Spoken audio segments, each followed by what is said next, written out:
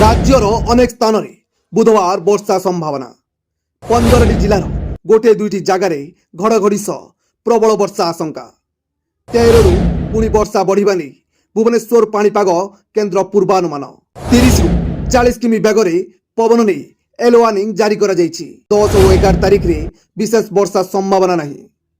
अल्प किछि स्थान रे वर्षा होई पारे। 12 रे अनेक स्थान रे वर्षा होई पारे मात्र बड़ वर्षा कम।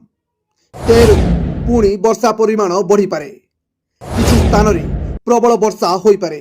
बुधवार कलाहांडी नुआपड़ा बलांगीर बौद्ध सोनपुर बरगढ़ संबलपुर झारसुगुड़ा देवगढ़ अनुगुल सुंदरगढ़ केन्दुझर मयूरभंज नवरंगपुर और कोरापुटर गोटे दुईटी स्थान में प्रबल वर्षा 30 रु 40 किमी बेगर पवन नहीं येलो वार्निंग जारी करा जायछि। बालेश्वर भद्रक जाजपुर केन्द्रापड़ा जगतसिंहपुर कटक ढेंकानाल में घड़घड़ी और पवन आशंका रही।